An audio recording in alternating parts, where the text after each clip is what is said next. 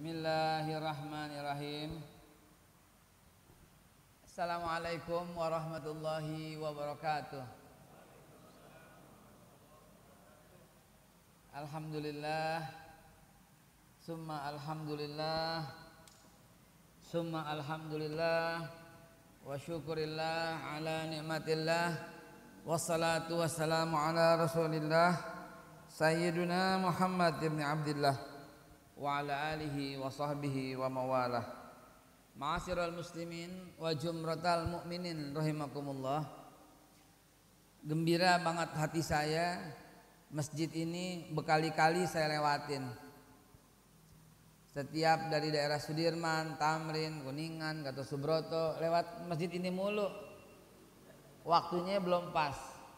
Kalau pas zuhur ane mampir, atau pas asar ane mampir. Ane kepengen banget mampir. Bertahun-tahun. Alhamdulillah mampir. Dan bisa silaturahim kepada pengurus masjid, semua imam kita, pengurus masjid, para guru yang hadir. Alhamdulillah. Karena ini penting, jadi ane mau menyampaikan sesuatu tentang akhir Ramadan yang urusannya sama rezeki.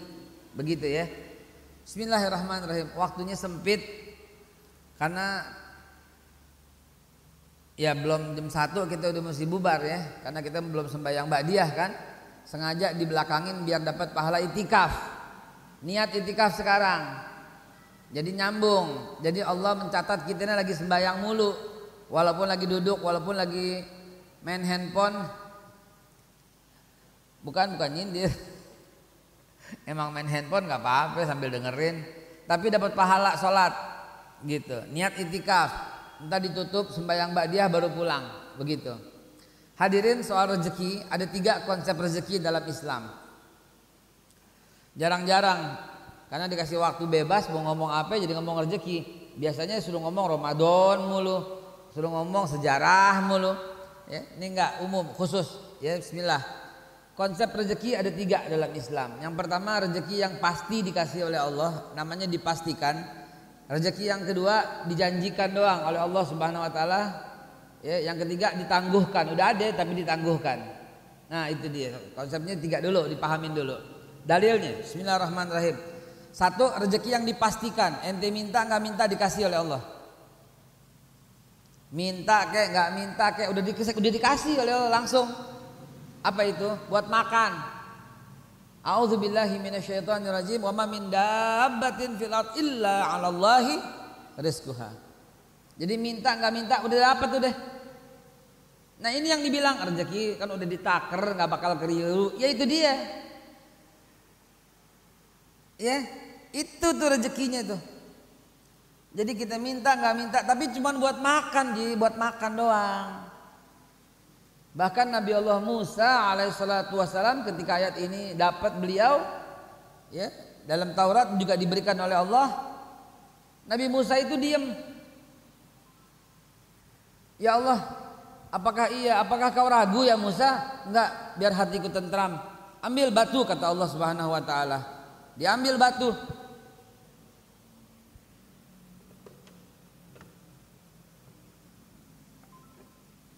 Diambil batu oleh Nabi Musa alaihissalatu wassalam, disuruh oleh Allah. Habis diambil batu disuruh buka batunya. Dalam batu dipukul ada batu. Dibuka lagi dalam batu ada batu lagi. Dipukul lagi sama Nabi Musa dalam batu ada batu lagi. Perhatiin kata Allah, ternyata dalam batu, yang dalam batunya ada batu, yang dalamnya batu ada semut.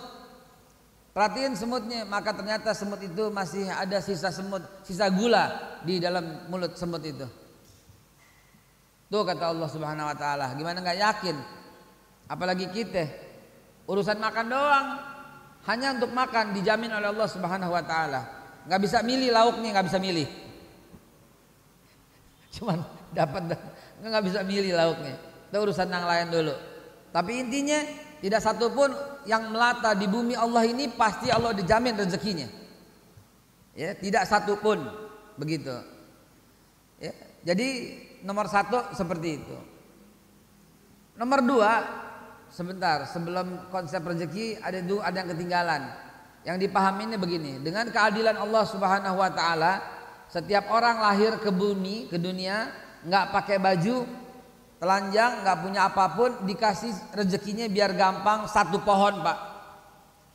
Saya satu pohon, bapak satu pohon, ente satu pohon, antum satu pohon, satu pohon, satu pohon, satu pohon, satu pohon. Istilahnya semua satu pohon. Lim Sulyong bagaimana? Orang kaya raya, satu pohon juga. Tuh begitu. Tuh yang terkaya Bill Gates bagaimana? Satu pohon juga. Cuman tergantung ngambilnya. Ada yang nunggu doang, nunggu buahnya jatuh. Ya udah, dia cuma dapat buah doang jatuh. Nunggu aja, diem aja. Jatuh, nah punya dia. Tapi itu satu pohon tuh punya kita Pak. Cuman kita nggak mau usaha, diem aja, tunggu jatuhnya doang. Nah itu dia. Kayak orang pegawai negeri gajian, gitu. Jadi kita tinggal terima aja. Kadang-kadang tuh kecil, kadang-kadang pentil yang jatuh, kadang-kadang udah matang dimakan codot. Begitulah kita akhirnya. Ya, yang kedua, orangnya lebih pinter. Dia pakai galah. Dia pakai galah sehingga dia bisa metiknya lebih banyak.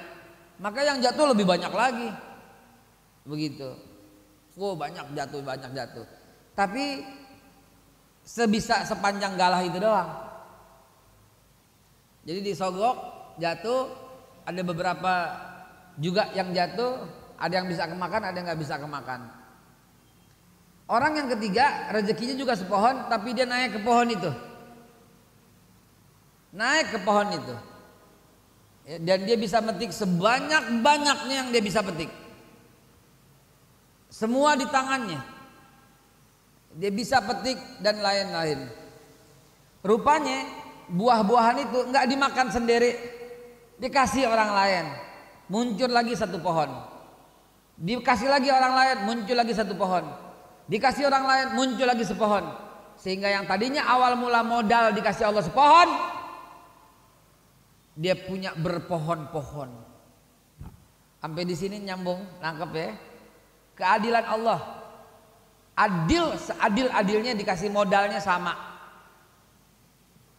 Bukankah hadis Nabi menceritakan soal ini? Ketika orang meninggal sebenarnya bukan soal ajal doang, tapi rezekinya udah tidak ada satupun. Malaikat Mikail mencari rezeki untuk orang ini dari ufuk barat sampai timur, masih ada, umurnya masih ada.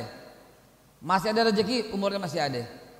Begitu dicari oleh malaikat tidak satupun lagi rezeki, hari itu selesai. Baru tugas di malaikat Israel yang mencabut nyawanya. Nah ini pertama Anda menyampaikan dulu, ternyata soal itu begitu. Yang kedua, balik lagi, ada konsep rezeki tiga dalam Islam. Pertama, rezeki yang dipastikan. Wa ma min dabatin fil ardh illa 'ala Allahi rizquha. Tidak satupun orang, satupun hewan, satupun apapun makhluk yang melata di muka bumi, yang berjalan di muka bumi, melainkan ada pada Allah rezekinya. Itulah rezeki yang dipastikan. Tapi itu untuk makan doang, saudara. Rezeki yang kedua ditangguhkan, disiapin nama Allah, tapi Allah mau lihat ada usaha nggak? Kalau usaha baru dikasih, disiapin nama Allah udah. Apa dalilnya? Innallaha la yughayyiru ma biqaumin hatta yughayyiru ma bi anfusihim. Allah nggak ngerubah nasib lo kecuali lu duluan yang merubah. Nah ini konsep rezeki yang kedua. Allah udah siapin buat kita. Pagi-pagi itu Allah udah siapin Ji. Kita nggak keluar rumah, di patok ayam kata orang Betawi begitu. Allah udah siapin orang yang bakal kita temuin, dan orang itu ngasih bisnis sama kita. Allah udah siapin. Dari jauh kita lihat mukanya sebelah, ini orang nyebelin banget, nggak jadi. Allah udah siapin kalau kita mudahkan hidup orang lain, jadi. Maaf. Mari kita sebut orang-orang kaya yang mendapatkan keutamaan kayak begini. Boleh kita sebut siapa contohnya? Insya Allah, Anda udah baca riwayat hidupnya insya Allah. Karena Anda hobi banget baca riwayat hidup orang kaya. Sebut siapa? Lim Sulyong. Siapa dia sebelumnya? Sebelum jadi orang kaya raya, udah meninggal ya. Tapi terkenal banget kekayaannya. Siapa dia? Dia orang yang memudahkan hidup orang lain. Mengkaknya kaya rayanya minta ampun Pak. Siapa dia? Tukang pedagang asongan. Tapi unik. Dia pakai sepeda. Sebelum orang dengar pedagang asongan, dia udah dagang di Tanah Tinggi, di Senen. Jadi dulu belum ada orang-orang yang kepikiran soal itu. Wah, orang kalau mau belanja ke warung, dia enggak, dia siapin barang-barangnya, dia pakai sepeda, dianterin ke orang-orang. Gimana enggak tajir? Siapa lagi yang ente mau ceritain? Bapak Eka Cipta Wijaya, luar biasa. Dia orang hebat, orang kaya. Mau tahu apa gimana riwayat hidupnya? Ya Allah, tukang teh manis di Makassar. Orang pelabuhan kuli baru turun, beli teh manis jauh-jauh, dibikinin, dianterin. Gimana nggak tajir melintir? Ente mau tahu siapa lagi? Bill Gates, yang katanya orang terkaya di dunia. Apa yang dipikirin waktu itu? Yang dipikirin bagaimana hidup manusia lebih mudah dengan komputer. Bosnya dia namanya Jay Watson. Berkata apa? Dari waktu ketika menemukan komputer, dia bilang this is very great opportunity and we believe there is only 5 computer in the world, kata dia. Ini penemuan yang sangat punya peluang yang luar biasa. Tapi kita yakin, we believe there are only 5 computer in the world. Hanya akan ada 5 buah komputer di dunia.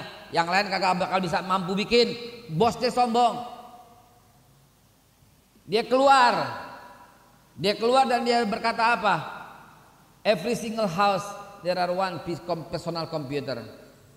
Setiap satu rumah akan ada satu buah komputer. Maka terjadilah revolusi komputer yang luar biasa oleh Bill Gates. Pantes dia jadi orang yang terkaya di dunia saat ini. Pikirannya bagaimana? Bagaimana menghidupkan orang lain. Ente tahu nggak berapa Bill Gates nyumbang kekayaannya setiap tahun berapa? Tahun kemarin deh berapa coba kalau ente nggak salah angka ya. Tahun berapa? Dia orang terkaya dunia yang punya harta 78 miliar US dollar. Bukan miliun, bukan juta, miliar US dollar. Berapa hartanya dikeluarin? 30 miliar US dollar. Ayo, lebih daripada 30%. Sedangkan kita orang Islam masih cuma berani 2,5% mau kaya. Bagaimana loh? 30% tuh Bill Gates mengeluarkan harta kekayaannya. Jadi jangan dikira Ji, Allah itu adil. Mau Islam, Kristen, Hindu, Buddha, Protestan, Konghucu baik, gue tambahin loh. Yang saya ambil contoh semuanya bukan orang Islam dulu, ntar orang Islam belakangan. Ini konsep rezeki dalam Islam, saudara. Kita punya duit 1 juta 25.000, nggak berat, ya kan? 25.000 nggak berat. Ini dari Saudi sebentar ya. Edos Amerika lagi ceramah, ntar Eka telepon balik ya. Iya. Dari Saudi keponakan saya, minta maaf ya. Kesian, ntar berulang-ulang kali. Saudara, coba itu. Kok dia berani gitu loh. Kita punya duit 1 juta, nggak berani. Padahal cuma 25.000. Berani nggak punya duit cuma 1 juta, nyumbang orang 100.000? Berat kayaknya. Terus mau kaya gitu? Muke lo jauh Ji, muke lo jauh deket Goraub. Dia berani ngeluarin 30%. Dan kalau ngeluarin gede lebih berasa. Coba ada kita rasain deh, kita punya duit 1 juta, kita keluarin 25.000, gak apa-apa masih enteng. Kita punya duit 10 juta, kita keluarin 250.000. Wah gede juga ya. Kita punya duit 100 juta, kita keluarin berapa? 2,5 juta. Lumayan. Kita punya duit 1 miliar, kita keluarin 25 juta. Gede juga ya. Mulai kita berat. Begitu duitnya 10 miliar, keluarin 250 juta. Buset, gede juga. Akhirnya kita gede, nggak jadi. Ini dia kasih uang, dia punya duit 100 triliun, dikeluarin 25 triliun, 30 triliun. Nggak sampai 100 triliun ibaratnya, cuma 80 triliun dikeluarin 25 triliun. Bagaimana orang ini nggak hebat Ji? Bagaimana dia? Dan ente tahu nggak dibangun masjid berapa masjid? Ente tahu dia bangun masjid, yayasan, dia juga bantu gereja, bantu masjid juga. Tuh kemarin Malaysia mendapat uang dana dari dia untuk mengobati penyakit TBC seluruh negara Malaysia. Berapa tuh? Berapa triliun dikasih masjid gratis tuh. Kita juga nggak tahu dah kalau kita dah. Coba lihat orang-orang kaya, dia hidupnya memudahkan orang lain, begitu mudah hidupnya. Siapa lagi yang mau cerita? Mas Agung, tajir melintir. Coba lihat usahanya apaan. Dulu nggak ada orang yang kepikiran orang mesti beli buah satu utuh. Nggak ada orang kepikiran dibelah-belah. Beli semangka ya satu. Dia orang pertama di pasar Senen yang motong-motong itu semangka biar orang bisa kebeli, makannya cuma satu juring. Dia orang pertama. Coba, dahsyat Pak. Teman saya sendiri, namanya Fitno. Teman saya akrab. Dulu dia cerita, dia tukang bikin bumbu rendang di Aldiron Blok M. Namanya Fitno, teman saya. Jadi supaya orang gampang, dia pelopor zaman dulu. Ngapain lo, kata kita, sibuk-sibuk amat. Dibikinin bumbu rendang, bumbu opor, dia orangnya demen masak, laki-laki. Itu dijual bumbu rendang udah jadi, orang tinggal beli. Kalau bulan Ramadan, yang beli dikasih kolak sama dia buat buka puasa. Dan dia juga pedagang asongan juga. Di pedagang asongannya ditulis tabungannya 1 triliun. Orang bilang dia gila. Subhanallah, Tuhan kasih dia usaha pulsa. Sekaligus sama tiang-tiangnya dibikinin. Akhirnya punya tiang berapa ribu tiang, berapa puluh ribu tiang di seluruh Indonesia. IPO, IPO saham terbuka. Bener, punya rekening 1 triliun rupiah. Coba 1000 miliar dia punya duit, coba bayangin. Dari pedagang asongan. Ya pohonnya banyak, ya mudahkan hidup orang lain bagaimana coba. Siapa lagi yang mau bawa si cerita? Sebut aja siapa coba. Insya Allah Anda udah baca riwayat hidupnya. Anda hobi banget baca riwayat hidup orang kaya. Anda pernah rangkum 60 orang kaya Indonesia.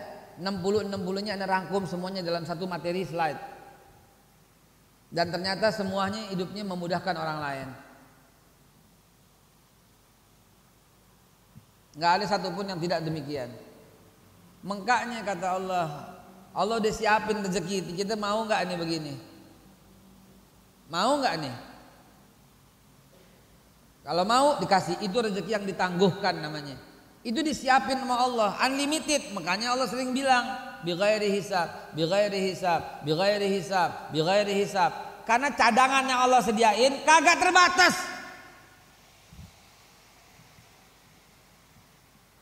Kita doa malam-malam, ya Allah, bila rezeki yang banyak dan halal ya Allah, amin ya Allah ya Rabbal Alamin.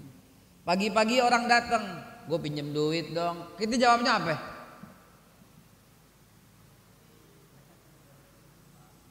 Kita lagi susah, malam-malam tahajud. Ya Allah, bila rezeki yang banyak dan halal ya Allah untuk keluarga kami ya Allah, amin ya Rabbal Alamin. Pagi-pagi orang datang, Ji, lo ada duit nggak? Gue ngutang dong. Jawaban kita apa? Coba. Kira-kira jawabannya apa?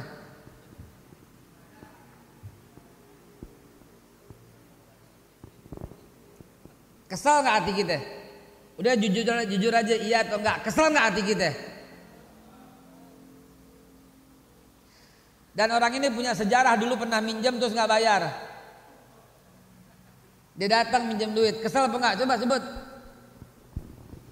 Jawab, kesel apa kagak? Anda kasih tahu rahasianya ya. Ya.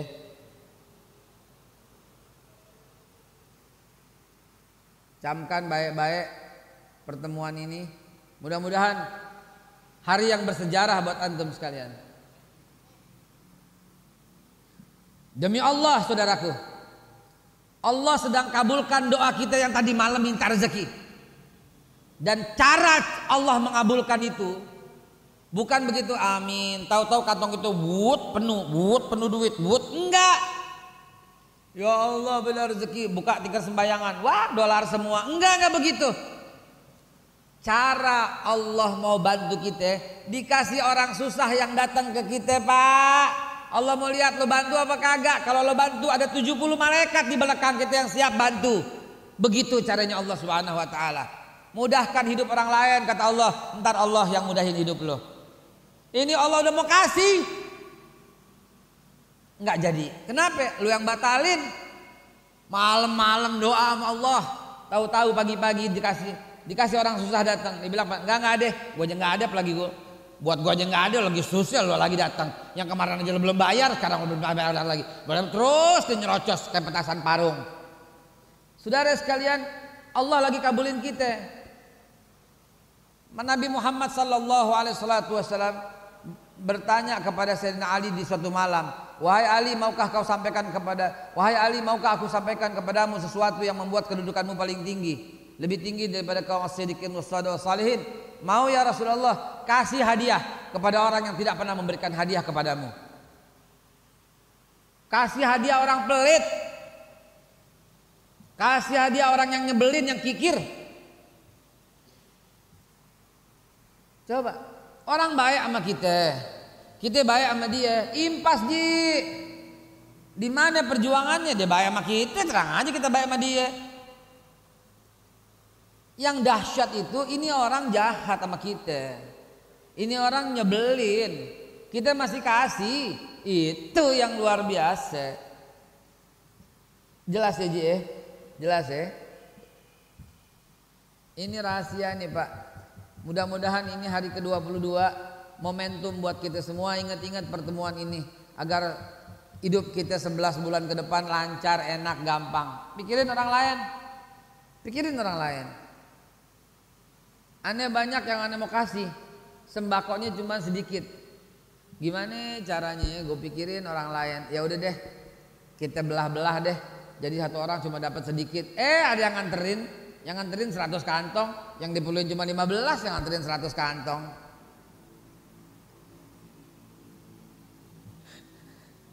Pikirin orang lain, Pak. Pikirin orang lain, Pak. Pikirin orang lain.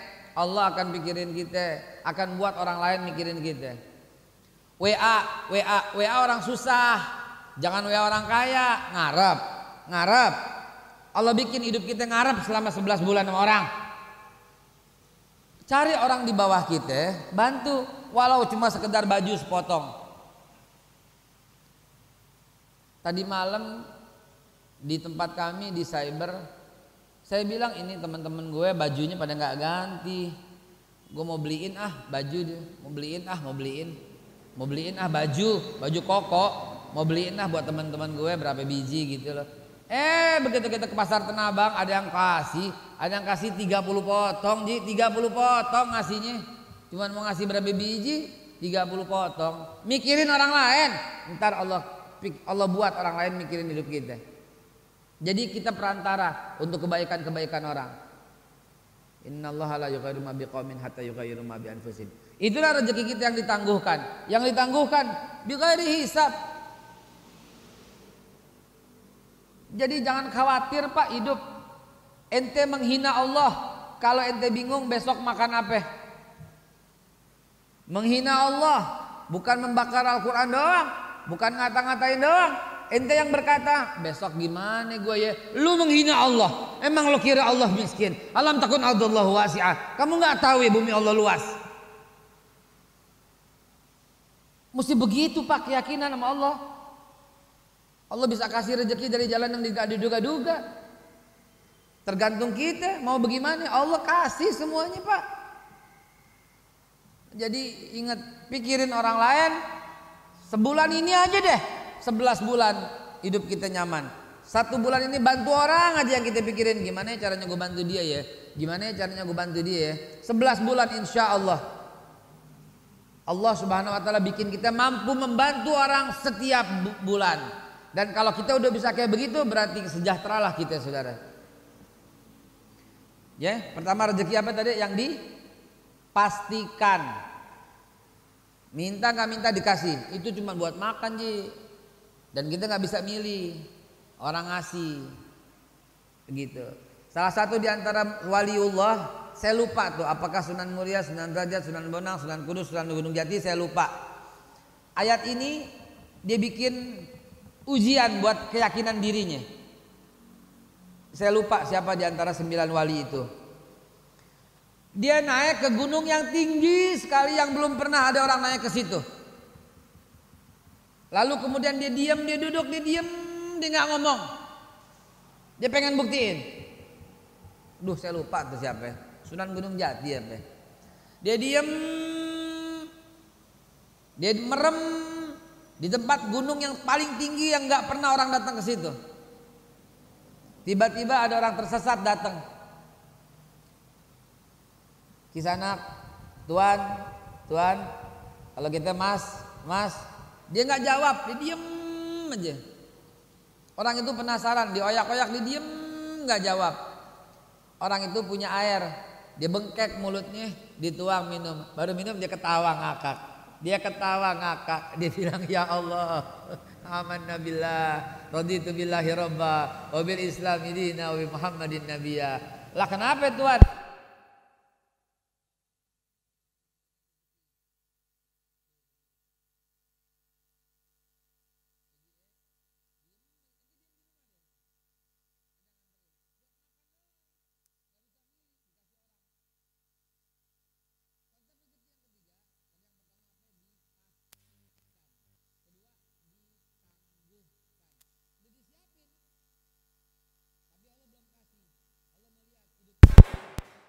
Rahasianya ada pada hadis Nabi tadi. Siapa yang mudahkan saudaranya Allah mudahkan. Siapa yang bantu orang lain Allah bantu. Siapa yang menyusahkan orang lain Allah susahkan. Ya. Yang ketiga, rezeki yang dijanjikan. Ya, pertama apa tadi?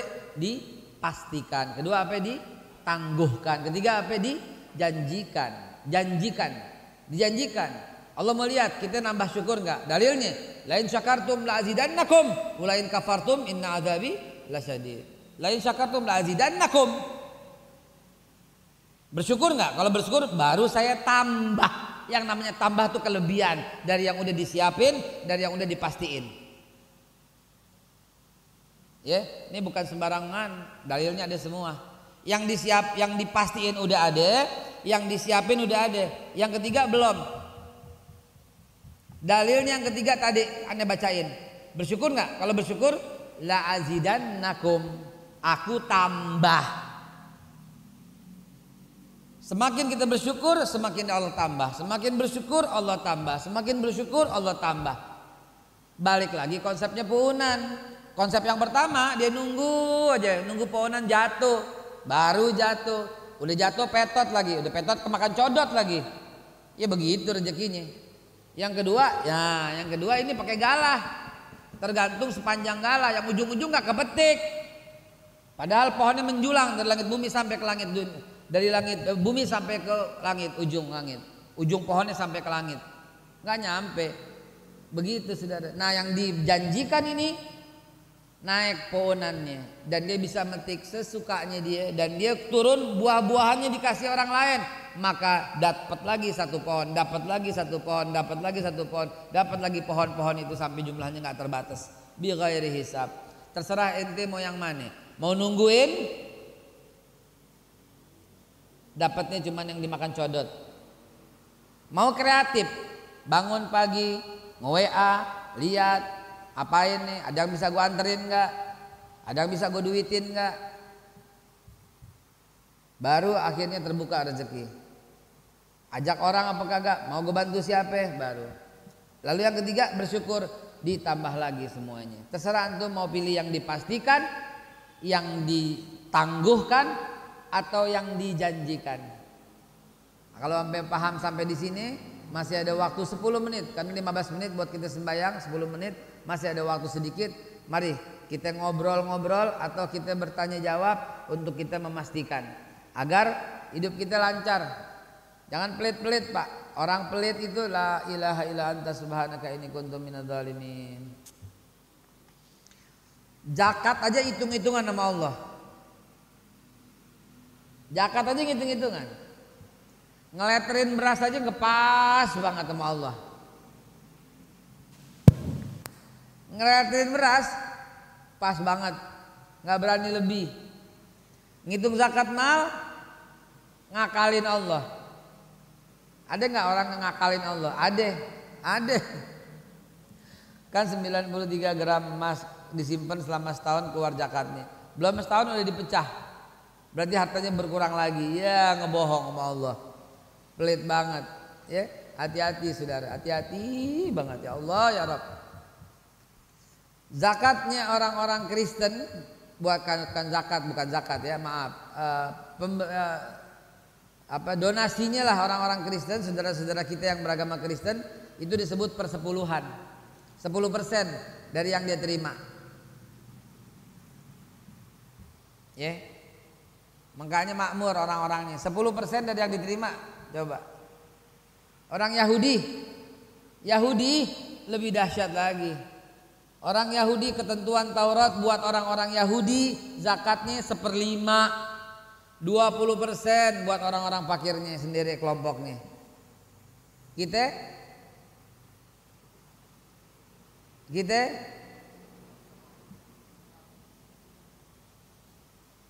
2,5%. Selebihnya lo apain? Lo simpan di bank, diribain. Selebihnya diapain tuh harta? 2,5%. Yang 97,5% nanti apain? Nggak malu apa sama Allah? Kan emang segitu. Pak, itu yang 2,5% itu zakat yang termasuk dalam rukun Islam. Yang infak jangan segitu dong. Wa mimma razaqnahum yunfikun.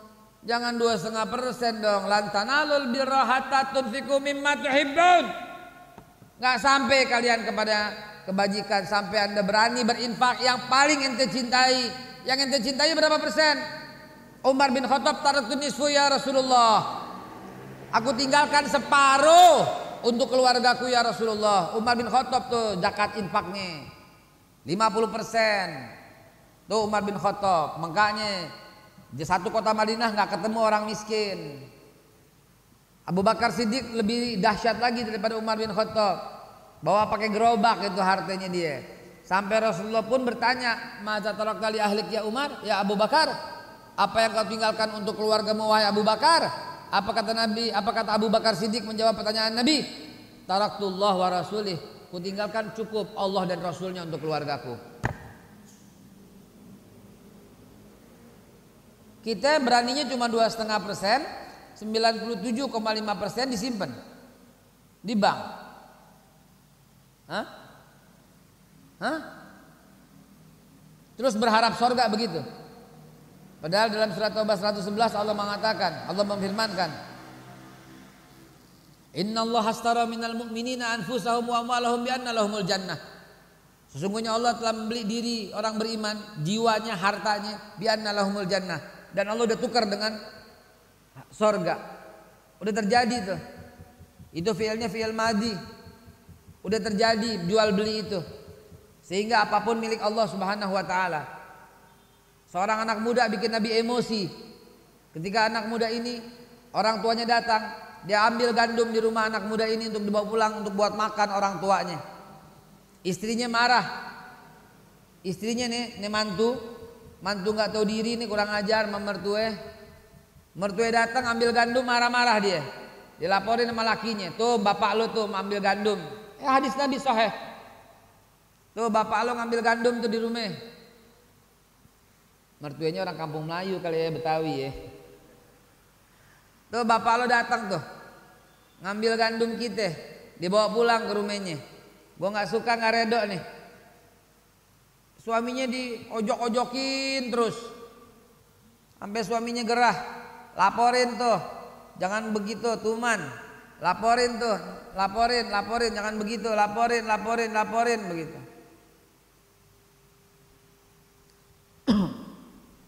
Akhirnya tuh suami laporin juga ke wali seorang hakim. Hakim itu memanggil bapaknya dan memanggil si laki anaknya. Kamu yang melaporkan? Ya, apa yang melaporkan? Ayah saya ngambil gandum. Ada saksinya siapa? Istri saya. Istrinya dipanggil. Bener ya, si bapak ngaku nggak? Ngaku, memang saya ambil gandum, balikin. Kedengaran di telinga Nabi, Nabi bergegas ke pengadilan itu. Nabi bergegas ke tempat di mana orang tua ini diadilin. Emosinya Nabi akhirnya belum pernah marah. Hari itu marah. Dia pegang leher tuh anak. Apa kata Nabi? Anta wa maluka li abik. Lu sama bapak lu sama semua harta lu punya bapak lu. Kurang ajar lo kata Nabi. Anta wa maluka, diri lu ini punya bapak lu. Wa maluka li abik, dan seluruh harta lu punya bapak lu. Kurang ajar. Bubar tuh pengadilan. Sujud minta maaf itu anak yang lebih dengerin kata bini daripada kata orang tua. Begitu harta dalam Islam, saudara. Jangan pakai hitung-hitungan nama Allah Subhanahu wa taala. Harta kita di rumah tidak lebih penting, tidak lebih berharga dari selembar kulit pisang. Lah kok kulit pisang, Ustaz? Iya, kulit pisang adanya di ujung tangga. Lo injek, kepleset, jatuh, kepala bocor. Kepala bocor jatuh ke tangga, tangganya jauh, kepala duluan. Sampai bawah kepala retak, pembuluh darah pecah, stroke. Harta lu punya 1 triliun. Ayo. 1 triliun ente stroke. Berak di kain, kencing di celana, di tempat tidur, nggak bisa kemana-mana, nggak bisa angkat tangan, nggak bisa ngomong karena stroke total. Harta lu 1 triliun. Mau? Na'udzubillah tsumma na'udzubillah fi hadzal, ya Allah. Anta syafi'il. La syifan la syifaka syifal qadir saqama. Artinya saya mau ceritain, selembar kulit pisang itu bisa jadi lebih berharga daripada 1 triliun ketika lo injak begitu. Seorang raja di zaman Sultan Harun, ya, bukan Sultan Harun. Bukan Sultan Harun namanya. Saya lupa. Diuji oleh Allah dengan penyakit. Penyakitnya apa? Penyakitnya sangat nggak enakin. Nggak bisa kencing. Ini ada nih dalam kitab-kitab teman terdahulu. Nggak bisa kencing, saudara. Bagaimana orang nggak bisa kencing itu? Waduh, ngebetnya minta ampun. Auzubillah tsumma naudzubillah. Allah jauhkan dari penyakit begitu. Dipanggillah seorang tabib yang ahli luar biasa. Dan tabib ini ahli hikmah juga. Tabib ini mengatakan begini, itu raja udah nggak bisa bergerak. Udah teriak-teriak doang, kerjaannya udah jerit-jerit. Si tabib ini tahu bahwa ini sebenarnya penyakit ujian dari Allah. Si tabib ini tahu banget, maka dia berkata dalam hatinya nih, ini mesti dikerjain nih orang nih. Apa kemudian katanya? Saya bisa bantu, saya bisa beresin. Apa kata si raja? Harta raja separuh kalau mau. Kalau nggak ngasih separuh, saya nggak bakal ngobatin. Saya janji, saya obatin langsung beres. Raja bisa kencing, asal kasih harta separuh. Saking nggak kuatnya nahan sakit itu kencing. Dan si raja juga mau panjang umur. Dia bilang, saya berikan harta saya separuh, tolong obatin cepetan. Dia obatin sebentar, diurut pinggangnya sedikit. Tahu-tahu tuh raja mancur tuh kencing, keluar semuanya, lega selega-leganya. Udah 3 hari tuh raja nggak kencing. Dia bawa harta pulang separuh sama tuh ahli hikmah si tabib itu. Rupanya ini raja kencingnya dol, nggak bisa berhenti. Setiap minum netes, setiap minum netes, setiap minum netes. Muslim ya, mukmin. Saya lupa tuh namanya tuh ya.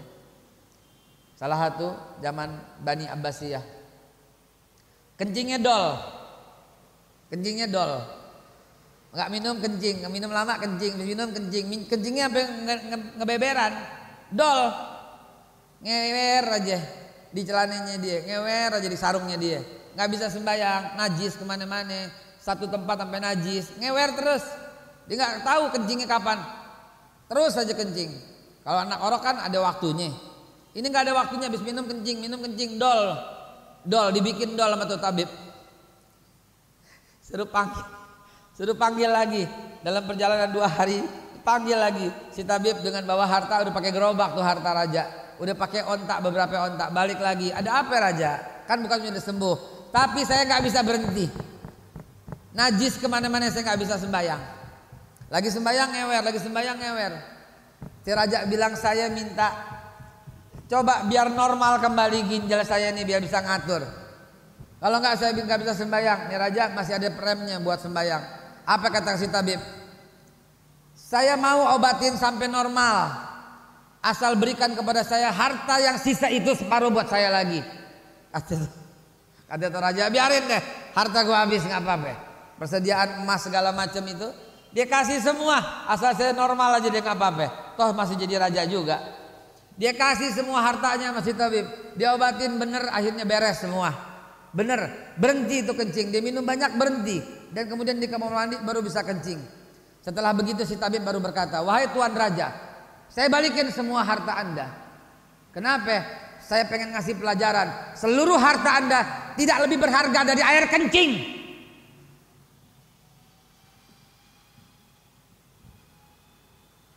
Baru tadi subuh saya baca tulisan Imam Syafi'i rahimahullahu taala habis subuh kita baca-baca. Baru tadi subuh saya baca Imam Syafi'i berkata, demi Allah, apabila ada yang menukar seluruh dunia kepadaku dengan selembar roti kering, aku tidak akan jual.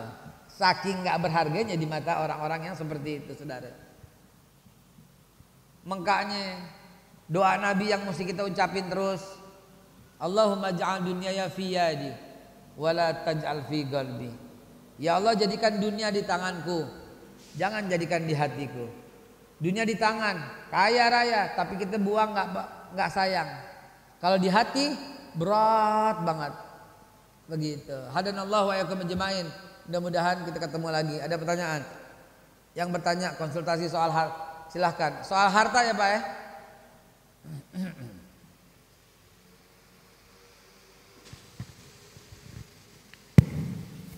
Assalamualaikum warahmatullahi wabarakatuh. Waalaikumsalam warahmatullahi wabarakatuh.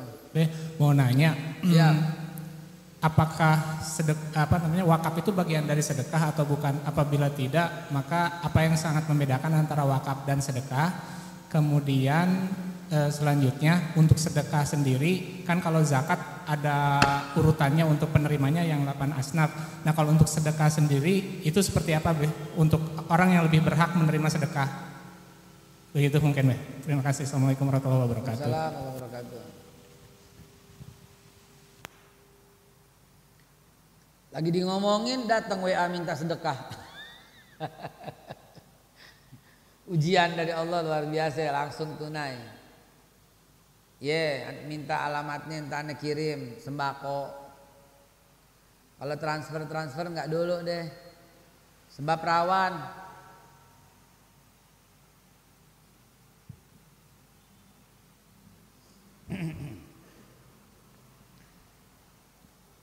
Sedekah itu namanya, nama pongkolnya sedekah Ji. Nama induknya sedekah.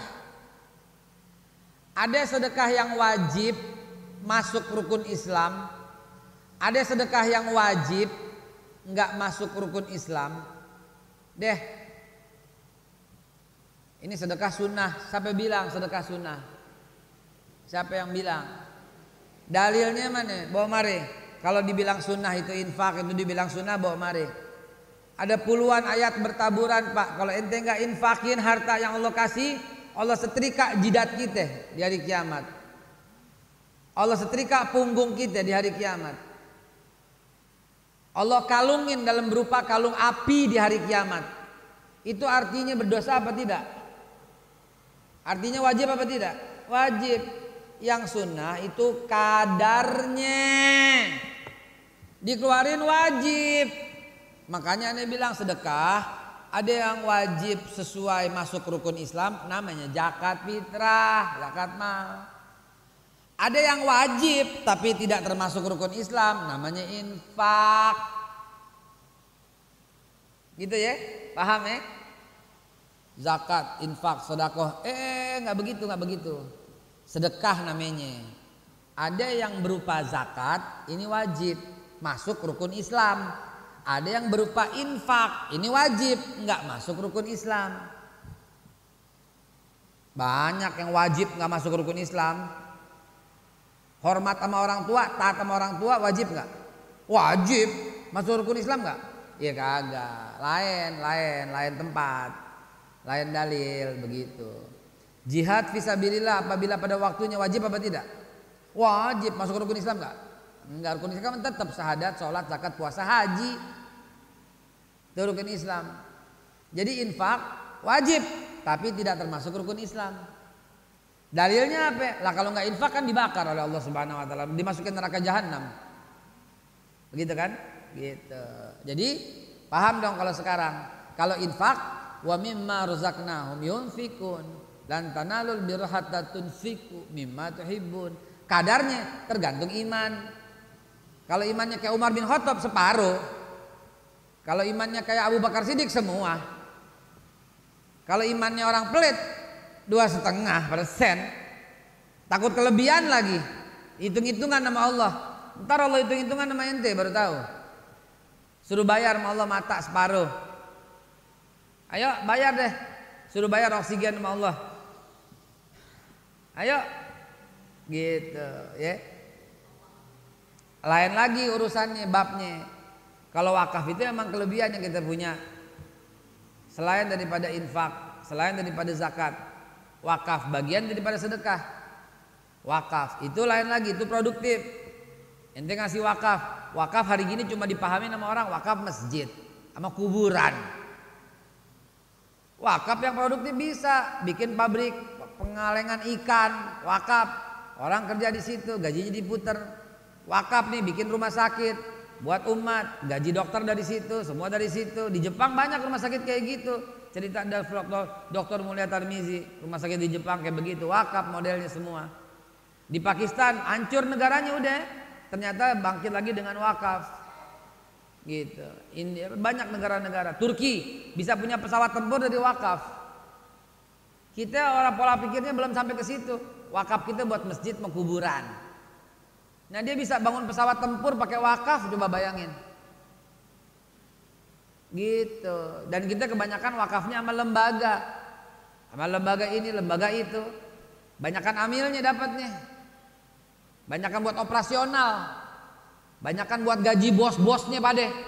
Mobil lagi ditambahin, dimewah-mewahin. Enak aja lo pakai mobil punya duit zakat orang, kurang ajar tuh. Tapi kan buat operasional Ustadz, naik motor kalau mau. Zaman dulu naik ontak ngambil zakat sampai negeri Yaman, keringetan beleter-leter, makanya dia dapat hak amil. Lu cuma duduk di AC, ruangan ber-AC, naik mobil mewah, karpet tebel, ngaku ambil 30%, 40% duit zakat umat, kurang ajar lu namanya kayak begitu. Ntar ketemu di akhirat kalau begitu. Enak aja duit umat ratusan miliar, di kas ada sekian, di kas ada sekian, kurang ajar. Orang kita zakatnya masuk tunai sebelum lebaran mesti udah dikeluarin, main taruh di kas-kas aja, dipeturin Ustaz, diputerin di mana? Di bank. Orang lain lu ribain. Kurang ajar banget kayak begitu. Yang boleh digituin CSR. Itu pun nggak boleh lebih dari 12,5%. Mau cukup nggak cukup segitu. Jangan mau jadi kaya dengan mengurus lembaga amil zakat ini itu. Nggak bener nih begini. Sebarin. Duit umat kalau begini. Saya usul pernah sama pemerintah yang kelola satu. Saya pernah usul kayak begitu. Pemerintah langsung kelola sendiri. Atau pemerintah tunjuk satu lembaga, yang lain nggak boleh. Sekalian deh kayak begitu usulnya. Biar apa? Biar tertib. Asal di situ dimasukin semua unsur keagamaan untuk kontrol. Ada orang Depak, ada orang MUI, ada orang NU, ada orang Muhammadiyah, ada orang Persis, ada orang Al Irsyad, ada orang Jamiat Khair, terus semua dimasukin. Biar semua saling kontrol. Open banking, semua orang bisa akses.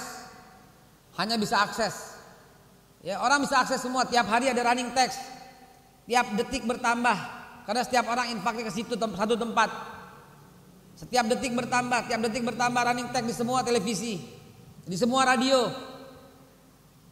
Baitul Mal Bangsa Indonesia hari ini tuh. Tiap hari begitu. Dari PPATK langsung dicabut. Tentukan berdasarkan undang-undang. Bukankah bumi, air, dan kekayaan alam yang terkandung di dalamnya ini milik negara dan dipergunakan sebesar-besar untuk kemakmuran rakyat? Maka negara berhak menentukan berapapun dan Nabi Muhammad SAW menetapkan 20% barang-barang rikas atau temuan dalam hasil bumi. 20% buat fakir miskin. Kalau negara kita menerapkan apa yang Nabi katakan, 20% emas di Freeport untuk rakyat Papua. Karena punya situ. Paling negara, paling pusat kelola. 20% gas alam di Aceh buat orang Aceh. 20% minyak bumi di Nusa Tenggara buat rakyat Nusa Tenggara. 20% gas alam Natuna untuk di Pulau Natuna. Gimana coba? Makmur gak kayak begitu? Uduh, makmur luar biasa kalau pesan Nabi Muhammad diterapkan di negara kita. Gitu Ji. Nabi yang tetapin 20%. Dan Anda pernah tulis surat kepada Bapak Presiden yang kita hormati, Bapak Presiden Jokowi. Anda tulis surat kayak begitu, surat terbuka. Masih ada suratnya, kalau ente mau dengerin Anda bacain. Sekalian Anda bacain surat terbuka. Ini buat Presiden Pak Joko Widodo. Kita hormatin presidennya. Nih Anda bacain surat terbuka untuk presiden. Mudah-mudahan masih ada dan gak lama carinya. Di mana tuh gue taruh ya?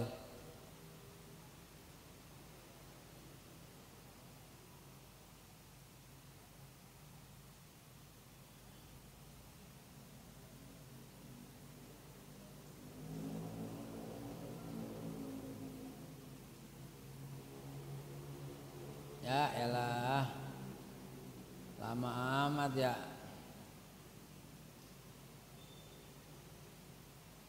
Udah dah, di jam 1. Mudah-mudahan ntar cari ketemu. Ada di itu, pernah saya taruh di Twitter. Surat terbuka untuk Presiden Joko Widodo. Hadanallahu wa iyyakum ajma'in. Semoga Allah Subhanahu wa taala memberikan kita kepahaman. Billahi taufiq wal hidayah wal afu minkum. Wassalamualaikum warahmatullahi wabarakatuh.